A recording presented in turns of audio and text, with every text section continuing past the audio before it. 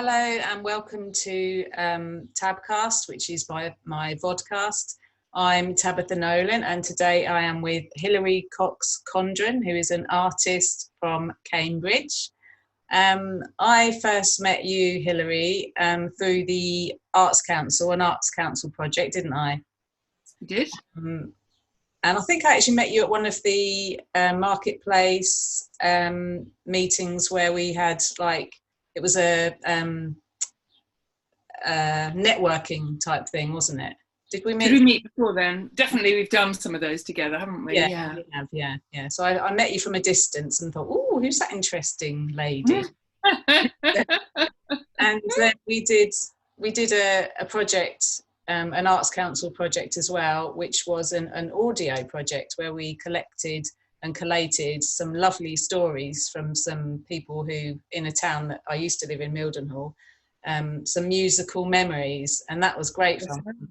Oh, it was lovely. That was about music from the 60s, 70s and 80s. It was called Talking About My Generation, and it was based in March, Chatteris and Wisbech, wasn't it? And it was these fantastic stories, especially of like early on in the and Mildenhall. Yeah. Of course, Mildenhall, and where else? Other places. Was it Ely? In Fenland and Breckland, wasn't it? Yeah. Oh, Brandon. Both. And Brandon, that's right. And so all these villages sort of networked together in the 60s with musical tours and the influence of music from the bases, wasn't it? It's really a great project. It was a lovely project. It was really good. We went on a course to start with to kind of learn how to capture audio, didn't we? We did. Yeah. And now you're doing this as well, which is lovely. And, talking about, I'm really passionate about people sharing stories and hearing people's memories and just that sort of importance of history being ordinary people's stories, rather than always hearing about the winners or, the more powerful voices that get heard. Yeah, I think it's really important to have everyday voices. I do. I remember thinking not long ago when my nan died, or before my nan died, actually, I think it was, thinking about all the stories that she used to tell me from when I was a child. She used to sit on the end of my bed and tell me the stories of the war and when she was a child, because she was quite privileged. I don't know what happened, but she was quite privileged. And her uncle used to be the head engineer on an ocean liner that used to go between England and China. And so she used to tell me, because she was on board, she used to go on board with it and was treated like a princess the whole time, and sometimes the ship was empty and she'd go from England to China and, and it would be an empty ship, so she'd have the run of the place. And that and other stories that she told me. And I just thought, when she dies, I'm just going to go to her grave with her. Mm-hmm. As the same with all of us, everything we collect over the years just goes to our graves, and unless we pass it on, and also, if we pass it on, it's up to the person we've passed it on to then share it as well. So that was a great opportunity. Yeah, and those snippets of memories, like you're saying there about your grandmother, and those snippets really sort of coming together to give a true picture, or just give other little facets and little glimpses into a much bigger picture, aren't they? Yeah. Because ours that we collated, they were, they're being kept, aren't they? They're being stored at is it the National? Yeah, they're on an archive, that's right. They're on the Cambridgeshire, can't remember what it's called now. No. But it's talking about Cambridgeshire Collection, sorry that I can't remember. Yeah, I'll find out what it is and I'll put it in the notes. Yeah, that was the project that we met on, or we first worked on, wasn't it? So you're always so busy, because I'm friends with you on Facebook, and obviously lots of different projects popping up, and I think at the moment you're doing something to do with lockdown, aren't you, about how people have managed to connect during lockdown, is that right? Yeah, that's with one of the projects that I work on. So I'm artist in residence at a new build that's going on in Cambridge. It's a interesting new build called Ironworks, and that it's got council houses that are being built there too, and it's on Mill Road, which is an area that I know very well, and I'm quite interested in sort of well, obviously in placemaking, but also in new residential areas, and that they can have a lot of problems in them for people, you know, with expectations and isolation and all those sort of things. So I'm really keen to work in areas like that with residents that you know, existing residents and then new residents as they come in. So yes, I'm doing a project about, I've called it Reconnect and Resonate, and trying to think about a lot of the things that we've reconnected to in this period. I'm working with the Museum of Cambridge on that as well, because there's so much reconnection to our past, isn't there? To stories, to our environment, to our memories, to traditional crafts, to I've noticed people parents taught us. It's really interesting. Have you noticed that a lot of people out in their gardens, like growing vegetables and things like that? Loads of people growing vegetables. Loads of people on Facebook talking about the bread that they're baking. Yeah, I haven't done that yet, but I'm enjoying eating other people's bread. I find it's nice, and it is nice. It really is, but it's like I think I've been doing that for ages, so I'm like, well, welcome to the club, you know. Well, I think that's nice, though, you know.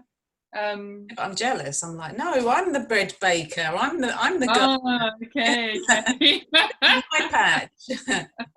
You get off my identity. Yes, totally. Step back. Yeah. Not every, you know, you'll be the wise one about it all. Yeah, I know. I'm trying to be gracious about it, but you know, I'm just you know, I live by the river in Cambridge here, which is just such a blessing, a blessing. And I've done a lot of really early morning walks around here, but a lot of people are walking around the commons now. Yeah. How fantastic! How wonderful! Do you know what I mean? And more people coming out. Having the opportunity, really, having the opportunity. Yeah, because I'm sure lots of people want to, don't they? But they just, because they work like 9 till 5, and then, you know, yourself, as soon as you get home, it's like time to make something for dinner, and the day's gone.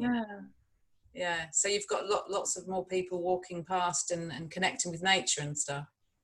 Absolutely, and connecting with each other. Well, it's quite an interesting one in that, you know, we often have a lot of rowing boats going up and down the river, and it's quite hectic. So you have rowing boats, and you have people on bikes, chatting instructions, you know. So for residents here, it's like, oh, this is our bit of space at the moment. Do you know what I mean? Just come out and enjoy it. And I think it's really important, you know. And people have got their you know, little boats and paddle boards, and people are swimming there and picnicking, and it's really nice. I think actually it's really important for residents to be able to do that here.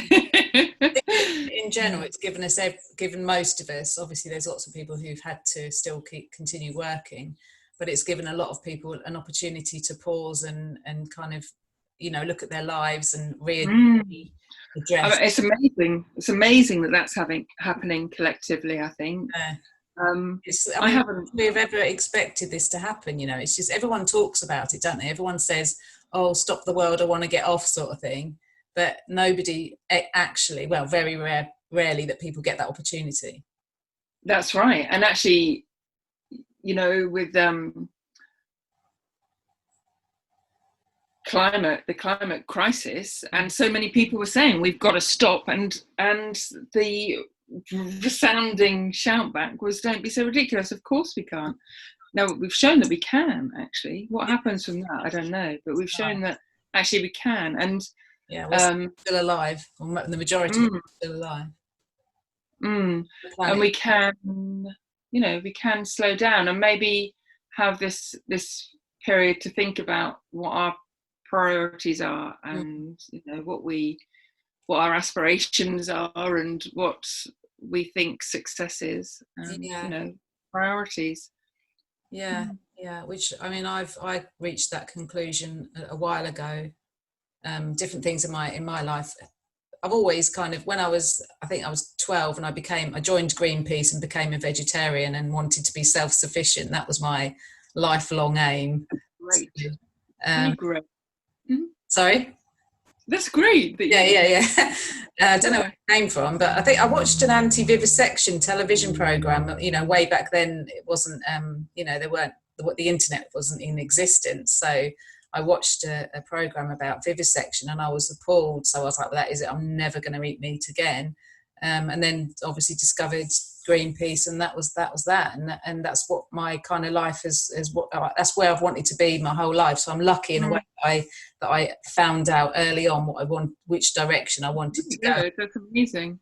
Yeah. When I never ate meat from very early on. I didn't want to eat meat, so it's been very easy for me to be vegetarian because I could never separate it. I could never separate it from being an animal, and then it used to quite traumatize me, but I could never separate it. So it's easy. That was easy for me not to, because it never felt like it was food. Yeah.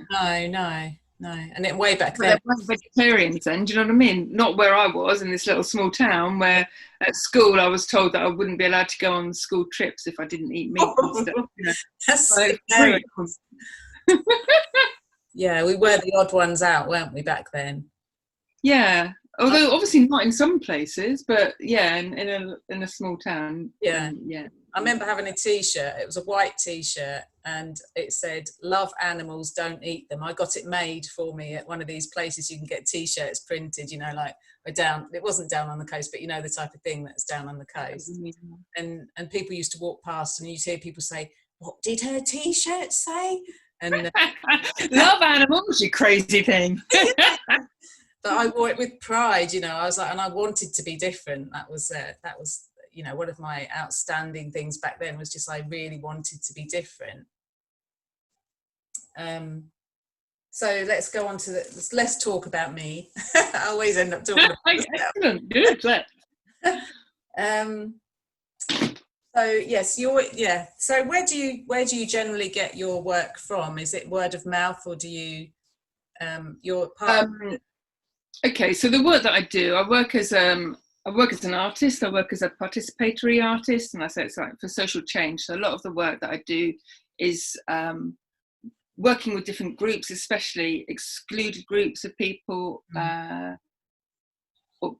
or minority groups of people, or people that aren't listened to so much. And I use artwork and participation in the artwork to sort of inspire action and to get voices heard. So I get, I've lived and worked in Cambridge for a long time now, and I've been around for quite a while. So I get work through offers of work, from galleries, from City Council, from different. You're on the circuit, aren't you? So people, if they want. You're on the circuit, aren't you? So I'm on the circuit, and then sometimes I write a funding bid with an very often I write a funding bid with an organisation. So very often it's somebody may have an idea, or I may have an idea, and sort of linking up, try and sort of develop a creative way forward. That is often, but just about always really about about social justice or environmental justice, or trying to change something within. It's great that you've got a theme that runs through your art. A lot of artists like me goes where the money is. I mean, is there any project that you'd not go anywhere near? Is there been anything that's been offered to you and you sort of thought, well, that's not really my thing? Oh yes, yeah. I mean, I don't do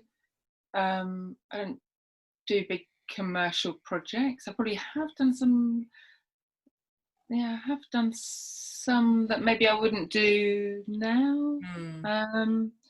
But have you got, so you're able to be a little bit more picky now where you go? Not really. I just like to have fun and to feel motivated in what I do, and to feel enthusiastic about it. And I like to work with people that I like. I don't mean I've got to know them, but I'd like to common aim. Yeah, definitely. So I mean, I also need to earn enough money, but I don't need to earn a lot of money. Do you know what I mean? So I'm sort of not driven by that. Yeah. Yeah. So what is your motivation? What motivates you when you or what's the process of motivation when you come across an art project? Do you have a place you go for research and to inspire you and that sort of thing? Yeah, absolutely. I guess the main motivation is what I think what sort of catalyst it can be for change. Yeah. So although that change may just be about being joyful and having fun, and that's an important part of our lives, or about increasing democracy, or about a very specific social issue. So I never used to work like that all the time. I mean, my background is as a designer and illustrator is how I started my work. And then I went to South Africa for a year and was painting murals and just sort of living quite down. I was going to travel, and I stayed there for a year in Johannesburg, and this is in the mid-90s. I was painting murals, and I stayed there because I got to know some children there that were living on the streets, and they used to come and paint with me, and then I knew where they were, and I was kind of living in a bit of a squat, really, and they'd come and share with me, and then I'd go and get them food, and then we'd make these beads. I'd get clay, we'd make beads together in the market, and then we'd go in the market square, we'd go and sell it at another market. We really just had a lot of fun, and that's what I was doing. I was having fun with these children. Yes. Well, and I got death threats, and there were quite extreme things too. It wasn't all straightforward. Do you know what I mean? It was in a bonkers place. Yes. But after a few months, I was sitting I had my epiphany moment. This is my epiphany moment. So I was sitting on a curb with some of these boys. Johannes was the child that I first met on my first day there, when he asked if I had any shoes. And I love Johannes. Everything is for Johannes. He would be a big man now, hopefully, if he's still alive. And we were all sitting on a curb, and I must have been a little way away from them, and somebody was shouting abuse at them, which was completely normal, and telling them that they were good for nothing, or whatever he was saying. It's a bit of a paraphrase, but that's what he was saying. And one of the little boys... Oh, because they were seen as vermin. Oh. They were seen as vermin. Do you know what I mean? It's just post-apartheid. Young black boys living on the street were seen as vermin by a lot of people. Yeah. And completely disposable. They were my biggest teachers. I might cry even saying this, sorry. They were my biggest teachers. This boy changed my life. And he was probably 11. Anyway, his friend, it wasn't Johannes, it was one of his friends. So this man was shouting abuse at him, telling him he's good for nothing. And he had his hand like this, and he opened it up, and he had one of the beads that we'd made in the morning. And he said, "I'm not good for nothing. I made this." Oh my God. And I was like, oh my God, that's what we're doing. Yes. That's what we're doing. And so it was my epiphany. And so I knew then that when I came back to the UK that I wanted to be involved in using my artwork for social change. And although I probably wouldn't have quite used that phrase then, but to be able to make it. So when I came back to the UK, I was trying to find something, and I found a theatre group called Impact Community Theatre. And I called them and I said, I'm an artist, and they were just starting a project called There's No Racism Here. And it went on for 4 years, and we worked all over Cambridgeshire and Peterborough, running workshops around racism, running workshops around bullying and around teenage sex and pregnancy. Oh, that sounds and so that was that. Julie Bristow, I met her this week again. She's still my wonderful friend. So she was my mentor when I came back here. And then I got involved with the Street Child World Cup. So as well, that was sort of because of the experience I'd had with the children in Johannesburg in that time. And the Street Child World Cup was about to start. That was 10 years ago, and it was about to start in Durban, or it was just developing. So it was the inaugural Street Child World Cup, and that really was about holding football matches before the World Cup to try and prevent street children being moved off the streets. So they were being rounded up and moved off the streets. And we had eight different countries for that first World Cup were involved. And myself and another artist, Beverly Carpenter, worked together with Momentum Arts to develop an arts programme exploring the rights of the child through art.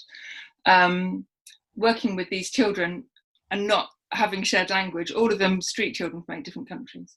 Wow. And the outcome of that got fed into what was called the Durban Declaration. And so, for instance, in Durban, since then, they changed the policy so that then, sorry, that's my dog, Zelda. And so in Durban, they changed the policy after that to, rather than police rounding up children, which they were doing, you know, and just move them out of town, or you know, does it?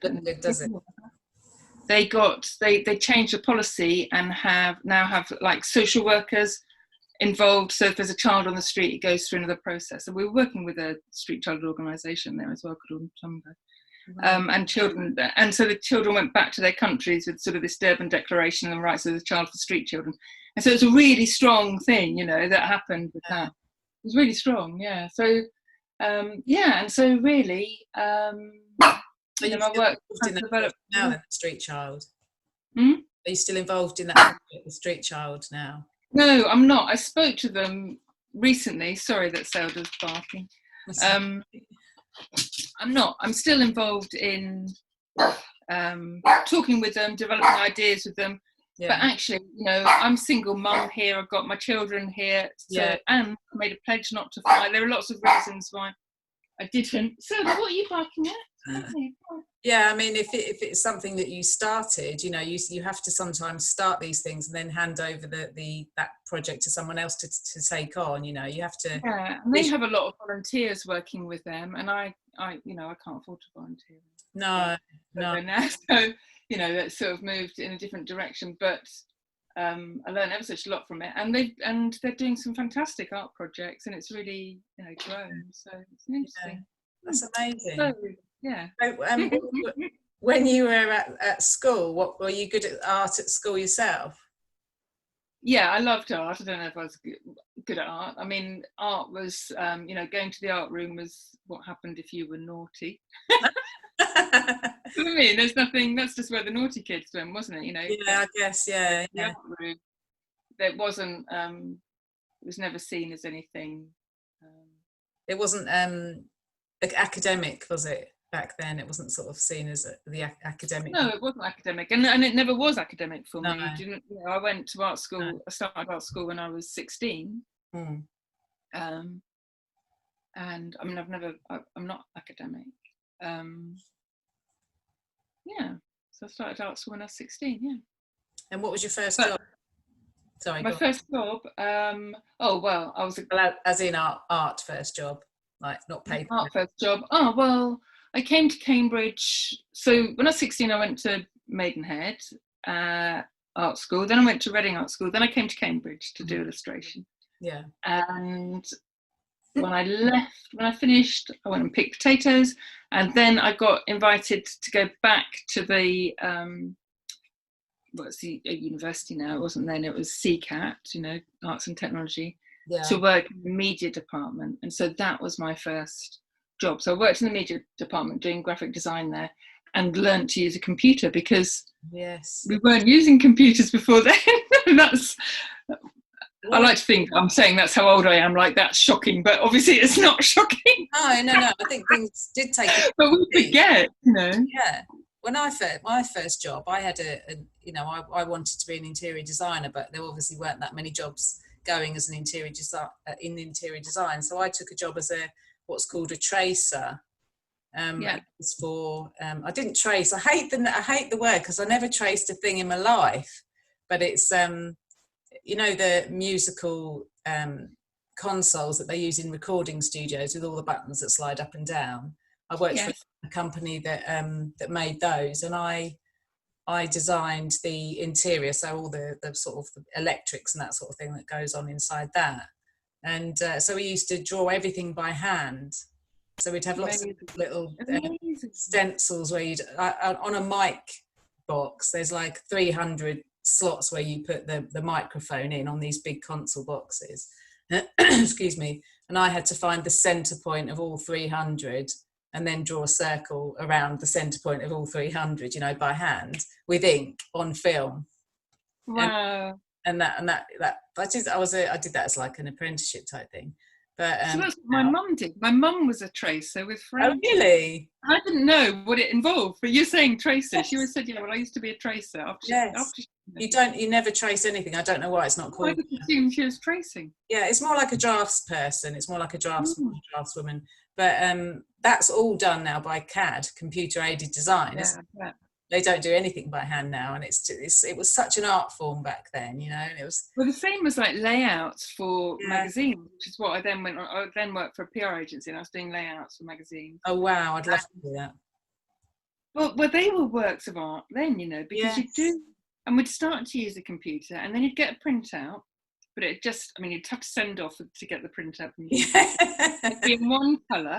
It wasn't and then in you'd house. have an overlay with tracing paper, and you'd colour it in and say what Pantone colour it's going to be, and then say where the fonts are, say which photograph's going to be dropped in where, and they're actually beautiful pieces of artwork in their own right, you know. Did you make a mock-up of each magazine then? Well, it's like you had an overlay of each page. Yes, yeah. You'd have like a template for the page, and then you'd have another overlay that went on top where you're saying what the colours are. And of course, yeah. What magazine was that for? What magazine was that for? Oh, there were different magazines. So I can't remember. Worked for an airline. Worked for different commercial. I can remember some wine. I can't remember. It was a local PR agency. Yeah. Yeah. So different. So like an agency. I see what you mean. Yeah. Okay, so we'll talk now about your interesting image, if that's okay. Does that? Yeah. I guess that because I've spoken to you about this before. I think because image interests me, and I think that from like the outsider looking in, I can see the African influence. Is that something you'd say? Because you used to be punk as well, didn't you? Yeah, I did. Yeah. So do you want to talk a bit about where your image originates from? I know that. So I was saying that you know, I was brought up in quite a small town, a conservative small town. Yeah. Which didn't really feel like I belonged in, but I should think quite a few people didn't, you know, felt like they didn't belong there. Mm-hmm. And then, punk was starting to happen. David Bowie was a huge influence for me when I was growing up. Yeah. Made me that, and was hugely important to me in I don't know if it was important in not feeling like a freak, but important that however I felt was sort of vague. Do you know what I mean? That it was okay to be me. Although I don't think I did think it was okay to be me. That might be going a bit extreme, but do you know what I mean? It was okay. I liked it. He was very important in my adolescence. You could. I don't know.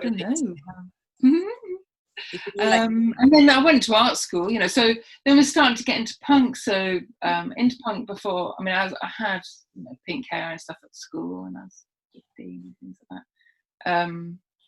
And then went to art school, and the art school in Maidenhead I went to had a fashion department there as well, or fashion school and fine art, and it was still sort of that quite post 60s kind of art school, I guess. It's in a quite beautiful old building. I was 16. I was very young, you know.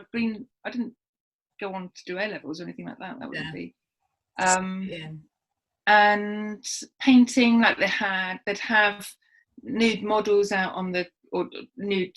When I say model, I mean, you know, posing for painting outside, and we'd have a tutor that would tell us to, like, now imagine that we're a fridge for an hour. You know, take on the persona of a fridge. So it really sort of had this quite sort of it was really art schooly, you know, and I was 16, and I should think that that was hugely influential on me, because I was still very young, and I was still in a very conservative small town. Although, you know, there were I was near Reading, and we'd go out and watch a lot of punk bands and things, and a lot of new bands, and so it wasn't all like that in my small town, but, you know, that was sort of it was a mix of things, you know what I mean by those small market town. In that period, it was racist, it was homophobic, it was, you know, all those things that then in the early 80s was pretty standard, really. Yeah. I remember dressing unusually, but I like that's, as I said before, you know, when I was at school, all the girls were wearing white sandals in the summer, and I bought some black Dr. Martin boots that I, you know, just to be so different to them. But then everyone saw how cool they looked, and they all started to wear it too. And I was just like, you know, I'm trying to be different. Like the people baking their sourdough bread now. Dr. Martens and sourdough. Tab did it first. Well, I've always wanted to be a pioneer, but I think I am. I'm just not actually. There's always people that have done stuff before me, you know. But yeah, I'm just going to backtrack quickly to something that you were asking earlier about school and about you know, about art in schools. Yeah. And there were two tutors that had quite a big impact on me in school, and not much had an impact on me in school. You know what I mean? Also, that sort of period of just quite verbally abusive and lechy sort of teachers, that was just quite normal, I think, in that time, wasn't it? But primary school, did you not enjoy school as a whole? No. No, but I liked seeing my friends. Yeah, the social side. Yeah. So these teachers. One at primary school called Mr. Scott, who told me that one day I was going to be an artist. He called me an artist. He said I was an artist, and I can remember it very well. And I think it was more to do with my temperament than my drawing ability. So I can remember I was getting a bit annoyed. But he said that I was an artist, and that had a huge impact on me. And I do a lot of work with children, and I talk about them being artists. I always talk about them being artists. Yeah. How we as artists see things. And that was that teaching from Mr. Scott. Oh, yes. In secondary school, my biggest influence was the drama tutor, Mr. Pierce, and he taught me how to walk across a room like a bitch. He was wonderful. Yeah, he taught me how to sashay across a room, because Gosh. Because I used to be quite bit bullied, and then I was in a school play, and I didn't used to do drama. It's not really my thing, but it was in the school play, and he taught me how to walk across a room with attitude. This wonderful, long, skinny, camp, wonderful man. Oh wow! Yeah, and so I'm still involved in a lot of drama groups as well, you know. And that's what I'd like to get into, actually, drama groups, because and singing as well, like, because I'm starting these circles on my land, the fens thing, yeah, and singing is so important when you've got a campfire there.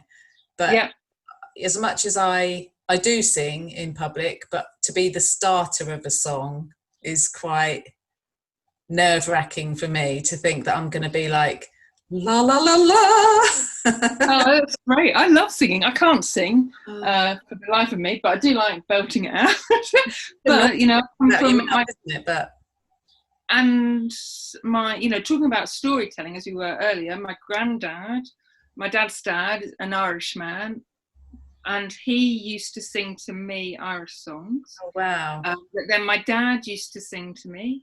My dad, and we used to do, and this was we used to do wild camping and fires and songs with my with my dad. You know, he was really into that. Those Dagenham Man and I sing to my girls all the time, but that was an important thing that we did.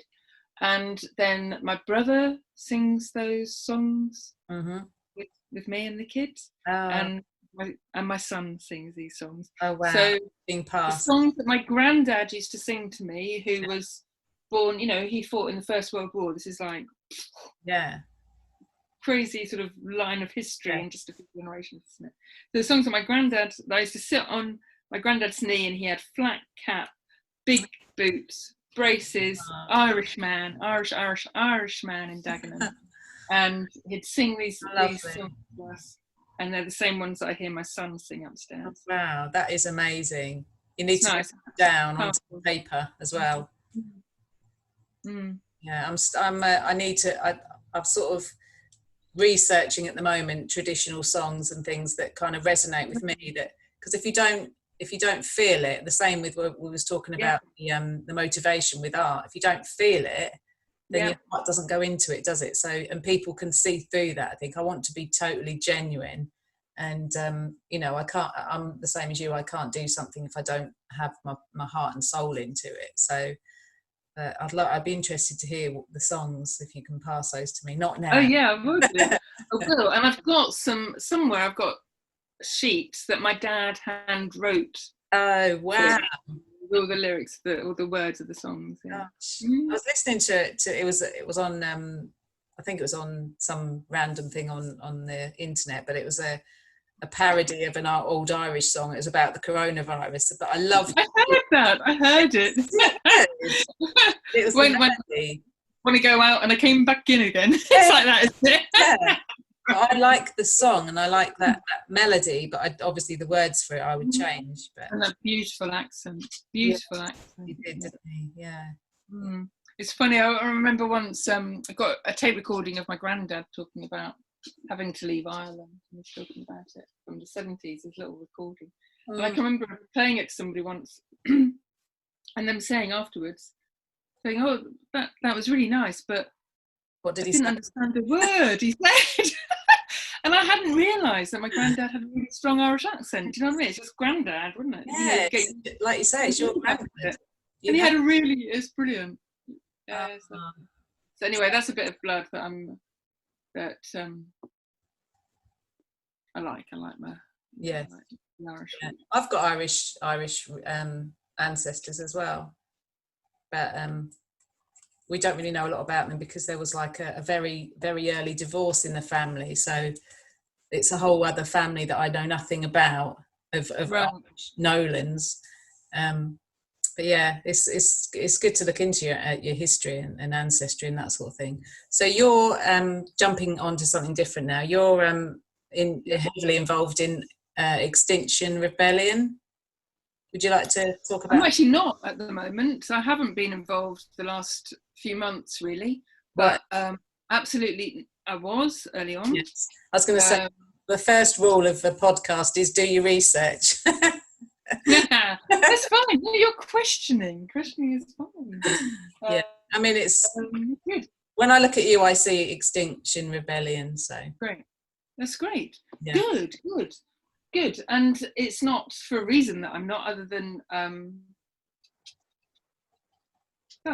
just sort of haven't been so much recently, and that a lot of other people are. So fantastic. Is it still going on through lockdown then? I guess obviously the stuff behind the different things have been going on. There's been a lot going on online. There's been a lot around being supportive of your communities, and that's been the main thing, being supportive, and also about being creative, so being supportive of your community, feeling your community, being creative, so much smaller things. Yes. We're campaigning for sort of quite small, more localized things as well, like around sustainable transport and things, but of course around the normality. We can't go back to normal. We can't go back to what was normal. And so I was very involved in Extinction Rebellion when it first set up, kind of by mistake in a way, in that I saw that there was some training for non-violent action Mm. And I thought, that's the sort of thing a mum should take her children on. So we had a family day out with one of my sons, and then there was the occupation on the bridges like the following week, and I was booked into work, and so my son went off on that protest, and I sort of sent him off with a flask of soup and solicitor's details. Oh, yeah. and I was working, so I felt like I'd completely him. But then, we had that first big lockdown in London, and you're talking that was a year ago from this lockdown now. That was a year previous to this. Oh, yeah. And the dialogue around the climate crisis really changed from that. It really changed, So that's and it was worldwide, So to be having this pandemic without those discussions would be, I think, a completely different thing. Yes. So the fact they happened that year on is really important.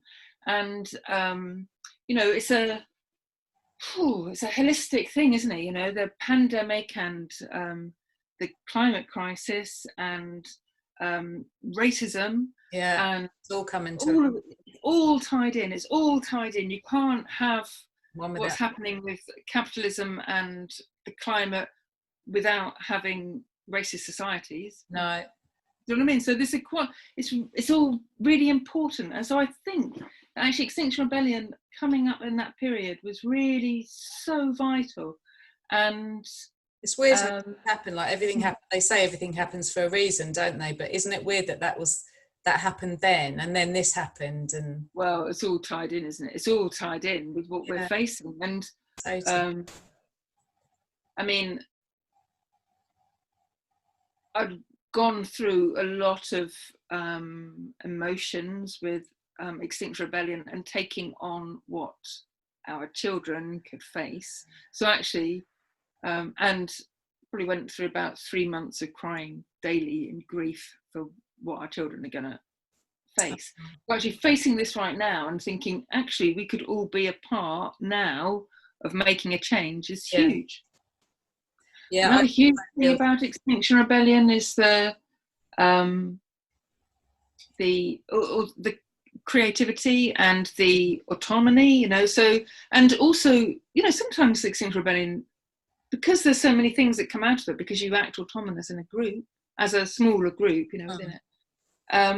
Sometimes there's stuff that I think, I wouldn't have done it like that. Well, I'm not sure about that. I can't say whether or not something would work, because how do we know that until, until the future? We don't know what's going to work.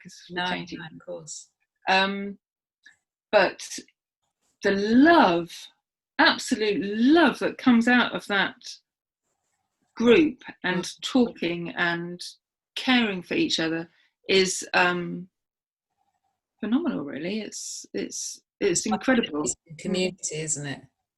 And to think that you can, and to be steadfast really in that love, yes, for transformation, and that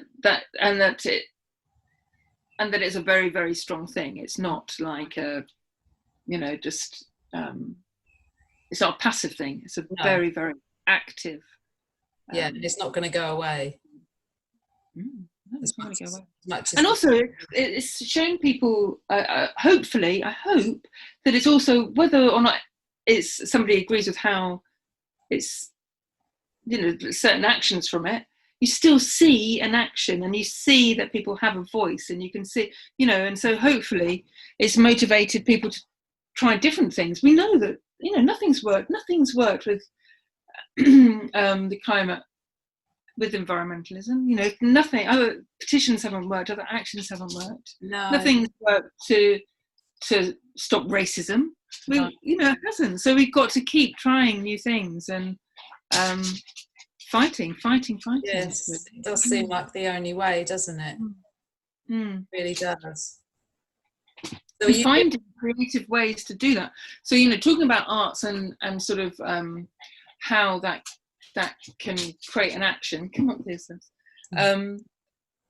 Just stimulating creative thought, stimulating imagination, stimulating the idea that something can be different to what you see is yes, really important. It's such an important role that we have all as you see is artists not to what you inspire. get, sort of thing. Yeah, I mean, my kind of art, yours comes from you can see the two different types, because mine comes from a sort of, I guess as easily as I can describe it, is art therapy, where I discovered how healing art was in a particularly tough time in my life, and that's my message. That it's kind of evolved now into art and nature is healing. Because I've gone down a nature path. But yours is more of an activist. How art has a voice. Well, it's about being transformative, I think, and I think that's what you're saying and doing as well, isn't it? Yeah. It's powerful, isn't it? Both of us are doing art in powerful ways, and the power of art. So there is a certain common ground. Oh, definitely there is, and with nature as well, and the abundance of nature, and how that stimulates us, and it places us, and it nurtures us, and all those things that that are core, like creativity is at our core. These core things are really important. Yeah, I mean, there was paintings in caves from millions and millions of years ago, weren't there? Where we have to, humans have to be creative. It's in our blood, isn't it? And our school system bashes it out of us, pushes it out of us. It represses us. It wants to get rid of creativity, and not by mistake, because creativity is going to challenge the status quo, and it's dangerous. So it's dismissed in that kind of gaslighting kind of way. Isn't it? No, it is. Yeah, you kind of, if you're obviously, I was in the police for 9 years as well, and people knew that I was creative there, and it's just something that was just a way for people to laugh at me and to think, she's just that crazy hippie arty type, not just in the police, sort of in the whole of my life. But it is who you are. You can't change it. It's not something that you can be like, well, I'm going to stop. And it's who we all are. Yeah, it's who everybody's got that. But a lot of people don't tap into it. No, we get it pushed out of us. Children tap into it. Yeah, the amount of people actually that I used to get come into the studio, because I used to have the art. Oh, I had the art. You came to it, didn't you? Excuse me. Who would be like, oh, I've brought my children along to do art because I'm not at all creative, and I can't do art, sort of thing.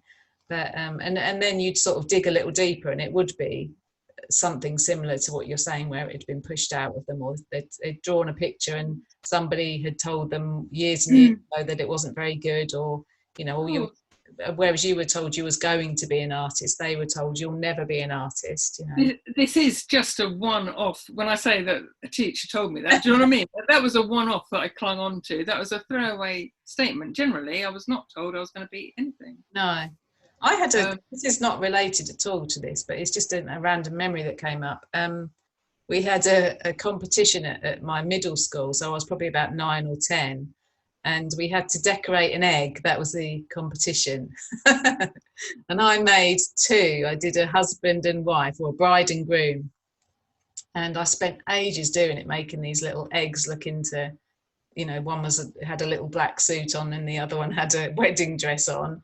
And they were really good, and because if I do something, honestly, I must have spent all weekend making with things that I'd found around my bedroom or around my house, because nobody would, I wasn't invested in as a child, and when I took it to school, I didn't win, because I think I came second or something, because the art teacher said, well, this is yours, but you've obviously had help with this.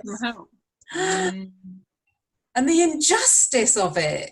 I think that's why I get that sort of passion to be different, because, or for my voice to be heard, because I was like, no, this, I did this, I did it. Nobody else did it. The thing. And there's a drawing of the intestine. And I was told off for tracing it, and I didn't trace it.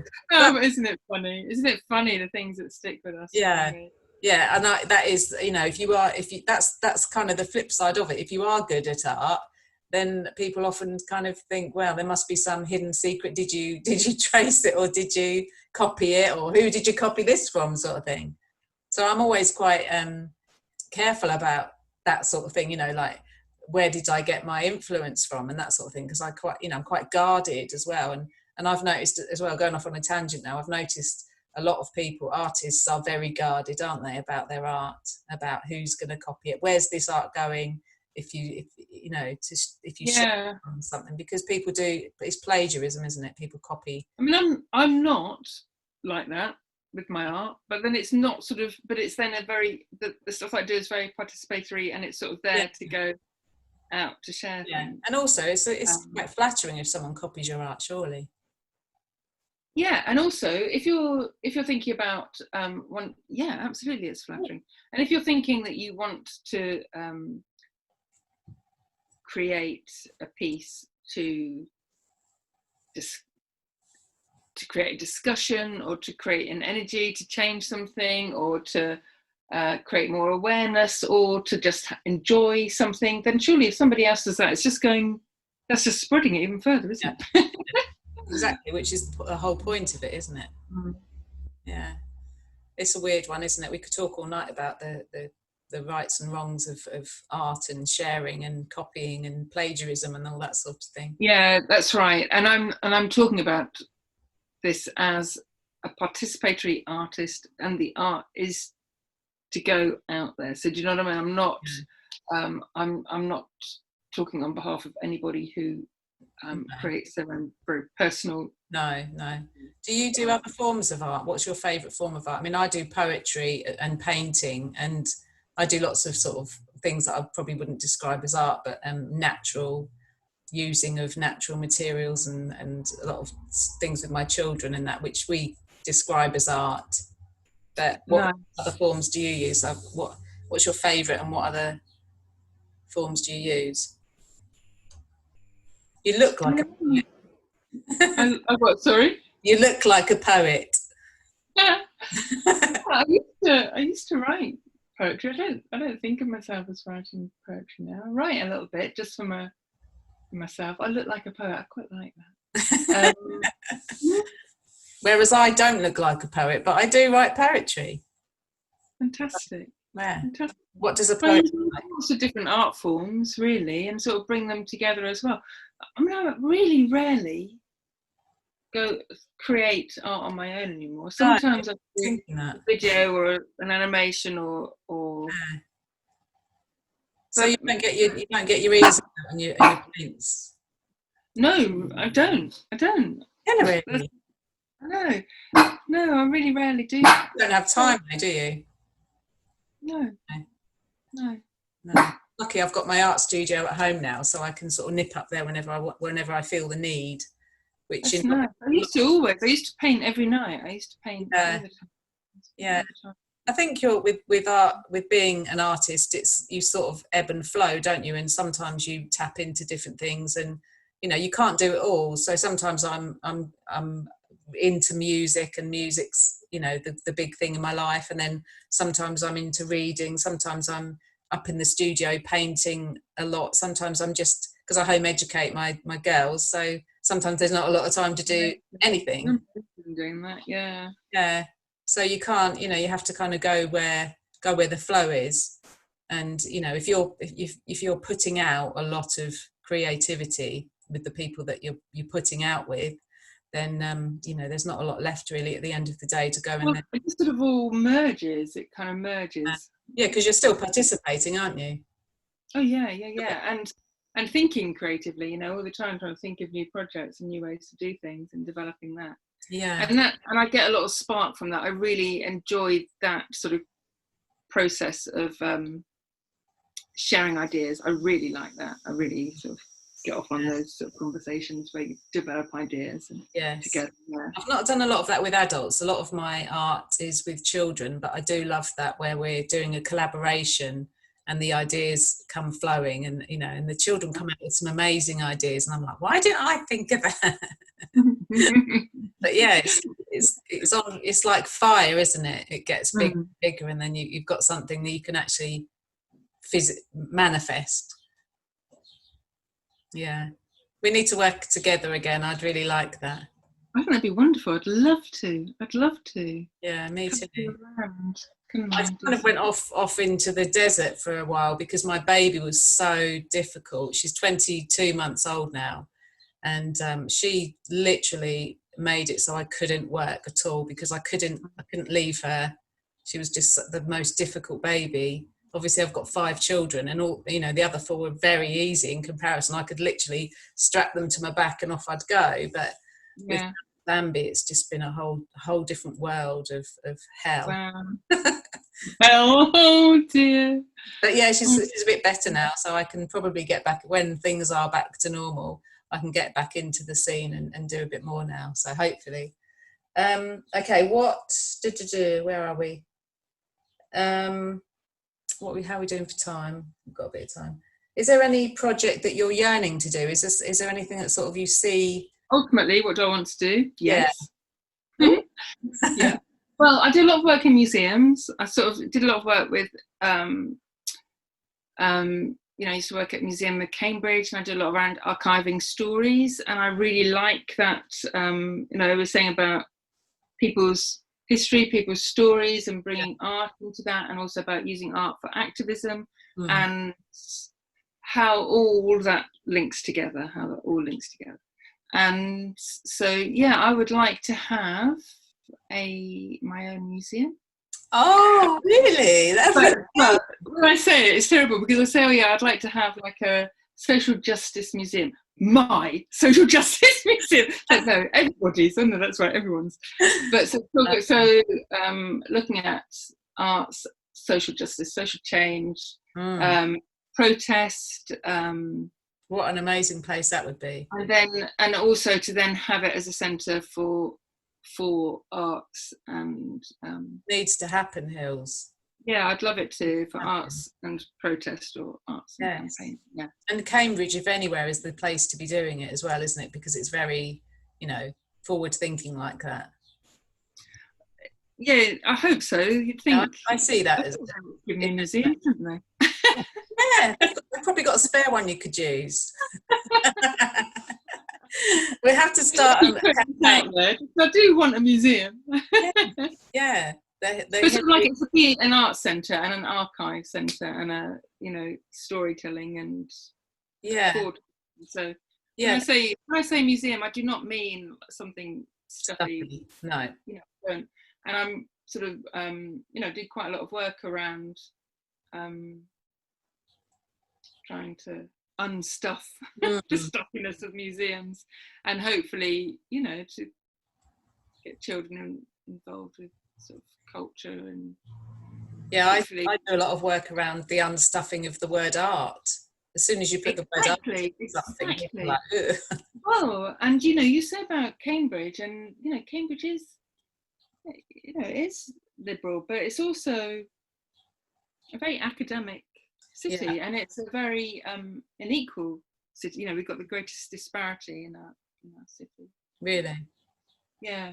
And I can remember going to, so sometimes people talk about, but people can afford to go to things. We have open studios where people's houses open, and you can go in, so it's very accessible. And I can remember the first open studio I went to here, and it was so posh to me at the time. But not now. Now I'm lovely. I'll have this. Really lovely to see you. At the time, it felt so posh. Do you think I walked straight out? I didn't go back into one for years, And so I felt really like, actually, it's really important. I always say to anyone that this museum here, this belongs to you. Yes. This belongs to you. This is your museum, and actually, you should be curating it and making and deciding what's in it, and it should be relevant to you. This is your story, your culture. I love that about you. I love that you've got that real ground level, grassroots sort of passion, haven't you? That you want. It's sort of about being all inclusive, about everybody being included in all these projects. But I think but that brings richness as well. Do you know what I mean? It's not just me saying, I want to include. That is about absolute richness and inspiration and heartfelt stuff. Do you know what I mean? It's all that stuff that's been overlooked. All the stuff that's been overlooked previously, you know, because people, is it that people themselves in those different groups of, you know, the smaller minority groups have felt that they haven't been able to be involved, or is it because the projects themselves haven't included them? In which way round? Yeah, I think that's a really interesting question, you know, and actually often we hear the term of hard to reach groups, don't we? Mm-hmm. Yeah. And actually I really dislike that term, and actually what it's hard to reach art or hard to reach venue. Actually, if people aren't getting to it, it's not the person that's hard to reach. No. It's not connecting it. Don't make them hard to reach. Make your art easier to reach. make your venue easier to reach, or you know, that's the important thing, not for the person. There's most people are fine, you know. Yes. Just as they are. Yes. Yeah, they're not stupid. Just where they are.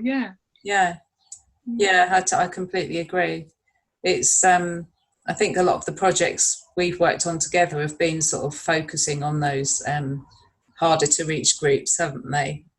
And yeah, it's I think sometimes the people can kind of assume that they're not interested in the arts, whereas I think, you know, that's because the arts is given like this bollocks to it, really. Yeah. You know, and probably everything is really, and that people want to feel important and protect things and cause divisiveness, don't they? People want to it wants to be select, doesn't it? So, you know, exactly. Art's not art isn't for all. yeah, exactly. But rubbish. What rubbish? Yes, totally. Yeah. Right, I think we've got a couple more questions. We've got about a few minutes to go. Yes, this is an interesting question. Do you ever do anything that's not arty? I imagine with your breakfast you set it out in an arty fashion. That's such a nice thought. Like that's so not the case. Do you know what I mean? I'll have my toast or a bowl or something walking around. I like the idea of it. I would be. Don't tell me that. I think you're laying it all out in an artistic fashion. I'll say that everything that I do is about art and creativity, but then I'd also say that that's what everybody does. So, for instance, if I'm going for a walk, or if I'm playing, or if I'm having a wonderful conversation with my friends, or if I'm just relaxing, it's all about still nurturing myself, inspiring myself, surrounding myself with an abundance of things. So all of everything for all of us should be about stimulating our creativity, whatever we do with it. Yes. You know what I mean? I mean, they've got to do a painting with it, but whatever we do with it, everything is about stimulating. Yeah, even negative things. Even negative things. Yeah.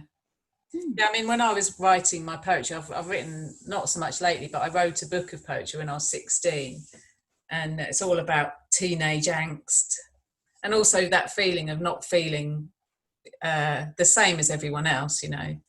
And I used to write poetry at 16, and chain smoking on the porch, crying and writing. That's what I mean by the negative, you know. That was what spurred me on to write it, because I was like, to me it was like a purging of negative stuff, or not just negative, actually a lot of it was positive, but there was like these emotions inside me that needed to come out. And I used to say to people, it's like I'm vomiting on the page. It's like I feel this like immense, like, I don't know, I can't even describe it, what I felt, but it was like getting this out onto that page. And it was so cathartic. It was like, you know, and I'd read them over and over again, and you know, there's probably no chance that anybody will ever get to read these poems, but to me I can still, when I read them, I can still feel how I felt back then, you know. Wow. I wrote them. Oh, well done that you still got those. I had some diaries from that age, but I mean, I destroyed them all. Yeah. Then they went. I couldn't bear it. I did teenage. It sounds like you did as well. I did teenagerhood like a full-on teenager. Oh yeah. It's all horrendous. Yeah, Horrendous. I was pretty much. I'd left home when I was 15, so I kind of up until that point. I was, I was like a just a lone wolf really, and had a lot of stuff going on in my head. But I mean, my poems weren't about boys; they weren't about relationships, you know. And because you know, if you hear the lyrics of songs, sometimes I'm like, they're all about love, aren't they? They're all about how love feels, how good love feels, or how bad love feels. And you know, there are the songs that you hear that aren't, but the majority, if you're listening, for example, to Radio 2, all the songs are about love. But my poetry, which a lot of poems are about, there is a link. A lot of poems are about love, but mine were sort of about my place in the universe, and what actually, probably more than anything, they were just about what the hell is this all about? Yeah. Which I still think is a burning question. I still haven't found the answer to that. Who has? I don't think anyone has. No. Okay, so let's lighten it up now with the last two questions, which are, what would you tell your 16-year-old self? Oh, I don't know if that lightens it up much. I just said how miserable I was as a 16-year-old and how loathing I was, and I hated the world and I hated myself. So maybe I'd tell myself that I used to not want to be a part of the world at all, and I hated myself at 16. So I'd probably tell myself to chill out a bit. I mean, I used to have a lot of fun as well, but it was kind of I hated myself for a very long time. So I'd probably just sort of be a bit kinder on myself. Yes, yeah, we'll talk privately about that, and that maybe could be another podcast, because we, you know, I'm sure there's people that could learn from that sort of experience. It's something that, you know, I felt like that too. And very self-loathing for a long time. Yeah. And so I do. So, and I think that actually now, as you know, a matriarch is what I am in this period of my life. Do you know what I mean? I can, and hopefully I can. It's so out at the moment. It's everywhere, isn't it? It's just, you know, when we were young, there weren't things like Instagram, Facebook, and that sort of thing where you could, you know, can you imagine being 16 and popping up on Facebook or Instagram every day and having to compare yourself to everybody else on there? You know, that's a sort of a font of like self-loathingness right there, isn't it? Yeah. How to survive with all that? Well, I hope. I mean, I don't know, but I hope that there's also, you know, more that people can also find support through having wider networks. Do you know what I mean? If you're in an enclosed, if you're in a very limited network, that actually through the internet you could find support too. Yeah, but then I think, I don't know, has it, I mean, this was supposed to be a sort of for me, it's supposed to be a sort of a closing question, but I don't know if relationships have become more sort of shallow via, I've got lots of Facebook friends who I've never met. I've got lots of Facebook friends that I've never met, and I do not think that my relationship with them is shallow. No. I have Facebook friends that I've never met, that I have fantastic conversations with. I used to have what I used to call 3D Thursdays, obviously before lockdown, where I'd invite people around to my house that I hadn't met, but that I'd have conversations with. So a lot of artists and a lot of environmentalists and really interesting people through social media. And I don't think that it's shallower. No. I don't think that is a shallow thing. No. But there is obviously a shallow aspect to some of it as well. But do you know what I mean? There can be, I think that we can actually develop bonds through those conversations and shared. I think especially because you, like with me, I go onto a lot of groups of people who are of a similar you know, who have similar interests to me. Mm-hmm. And then you kind of, you spark up friendships, online friendships with people on there. So yeah, it's like it starts with an initial sort of, we all like, you know, we're all like part of a small holding group, which is, you know, for an example. So yeah, it can start something nice from that. But I just wonder how, you know, how deep these relationships are. But yeah, I love some of my virtual friends. I really do. I love them. I'm like, yeah, and I forget sometimes who's a virtual friend and who's a 3D friend. I'm terrible for doing that now. It's a bit of an old age. And what was it? But I do think that people can be very quickly very aggressive or very, yes. and there's a lot of online policing and judgment very quickly at them in this period, I think, in particular. Yeah. People have got time to sit there and argue with people, haven't they? I do avoid that sort of thing online, because it's terrible. Makes me feel ill. Sorry, say again? It makes me feel ill if I put something on there that, you know, and then someone jumps on it and says something, you know, offensive or something like that. It can be quite, you know, you can take it's horrible, isn't it? Heart. And also on the flip side of that, I've also put something on there that somebody has taken to, you know, somebody's taken offense at, and I didn't mean it, you know. Well, I didn't mean it, because there's no intonation, is there? You just write something. No. I was being quite supportive of someone else, and someone thought that I was being nasty to them on there, and, you know, so I had to quickly say, oh, you know, I wasn't being offensive, you know. And, you know, it's so easy to kind of go from in a good mood to being when when I was at the first sort of shutdown in London with Extinction Rebellion, and my son was arrested, and I remember that. He wanted to be arrested, you know, that was his. Yeah. And I was so I tweeted something that was a photograph of me and him, and I said I was proud of him, but also incredibly sad that my son was having to put himself, or the young people were putting themselves forward to be arrested for their own future. I said, that's really sad.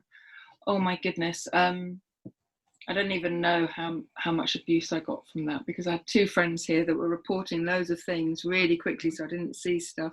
Yeah. And then people were sharing my photograph and saying, burn the witch. And it's like, oh my goodness. Wow, I said, it's like, whoa.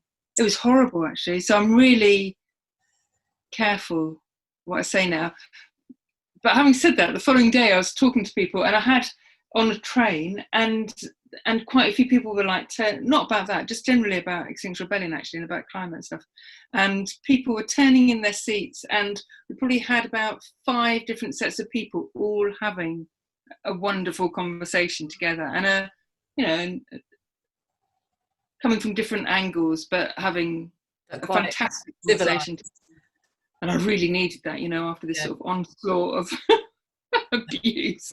Yeah, and I think it's very easy for people to get so very personal on Twitter and Facebook and that sort of thing, because they haven't got to and you don't know where people are. You know, people say, oh, treat somebody like you want to be treated yourself.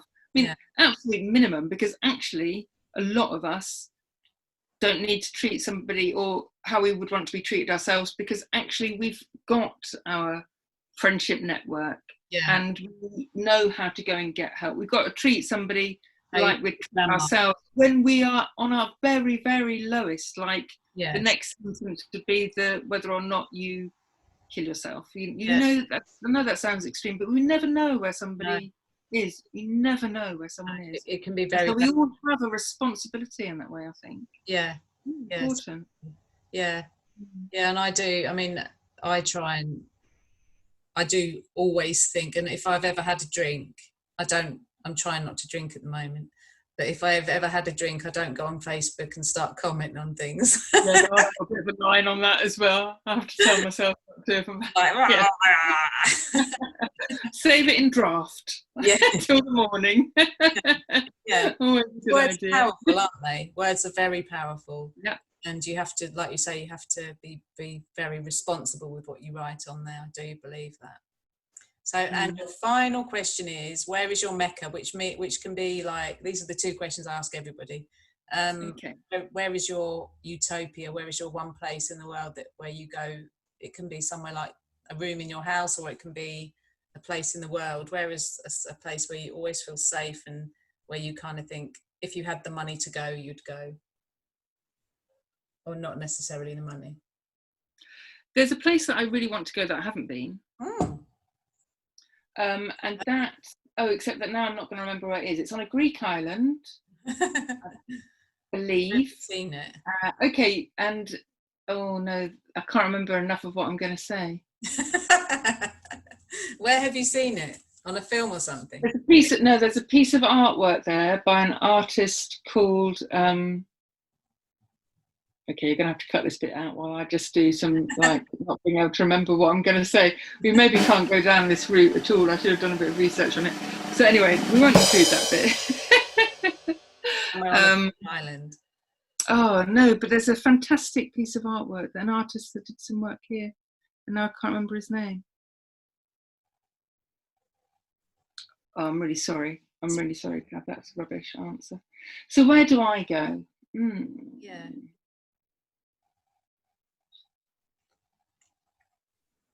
I haven't really got an answer to that. That's rubbish, isn't it? I mean, is your home your Mecca? Is your home the place that you feel most safe? And no, I think it'd probably be outside. It'd be outside and not in my home, because take some lovely photographs of the fens around where you are, where you go off on your bike, don't you? Yeah, I walk. I've been doing lots of walking, long walks, early mornings. Was your bike stolen, wasn't it? Did you get a replacement? I got another bike, yeah, but it's a bone shaky. You can't go far on it. Oh. So we walk. I walk with Zelda, sort of 12. Yeah. Go off. Early morning. Yeah. That's important to me. Wales is very important to me. You know, we used to camp there, and then my dad